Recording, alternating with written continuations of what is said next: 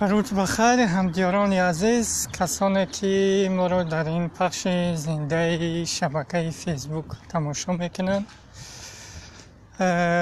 چند روز شد که در همین شبکه فیسبوک، در شبکه اجتماعی اینترنت بسیارتر سر صدا آیدی چی می شود؟ نرخ کارتوشکا، یعنی کارتوشکا در تاجیکستان قیمت شدگی. من اعمال نو برمدم از خانه پیشتر، این حال در نزدیکی مغازین پیاتولوچکا یعنی پیتیولوچکا قرار داریم.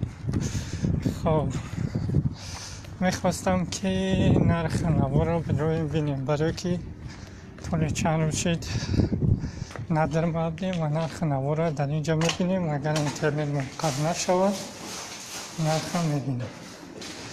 اون کازن کم گیریم.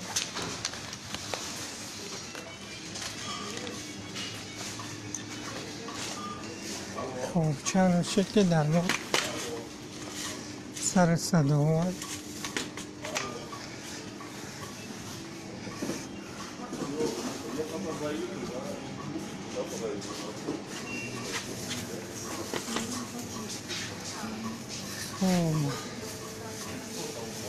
نرخ کارتوشکا 24 سوم، یعنی که 24 سوم و 99 کپیک.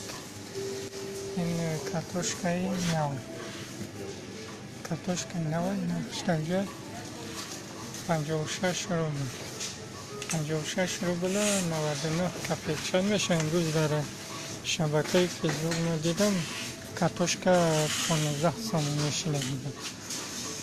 خیلی 24 سوم نرخ کارتوشکا است. خیلی 25 سوم، 25 سوم چند سوم میشه؟ دونیم 3 سوم. 3 سوم یک کشوری که حکومت رحمانوف دعوا میکنه که تاجیکستان چی است؟ یک کشور اگراری است، یعنی که از صادرات میکنه دیگر چیزا را. خب نرخ پیاز چند سوم میشه؟ اینجا کارتوفل.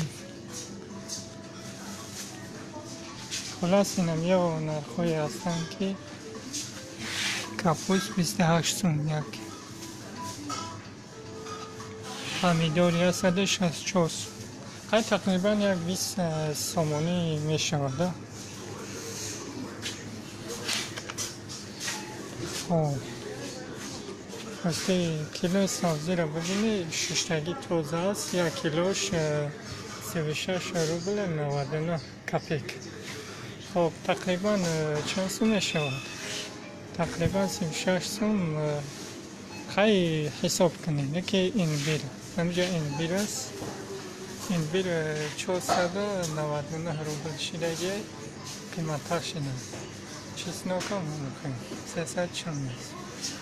خب اینه مرکوفکا ششتگیش بود 49 روبل و مرکوفکا چند است.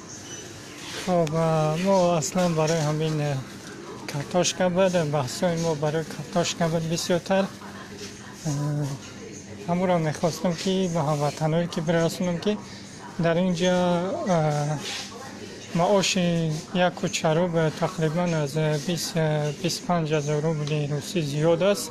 ببینید که نرخ کارتوشکا 24-25 روبل روسی است و امروز حکومت رحمانوف ایدی کارتوشکا جشن میگیره، اما در بالای کارتوشکا چی است؟ جنگ است. خب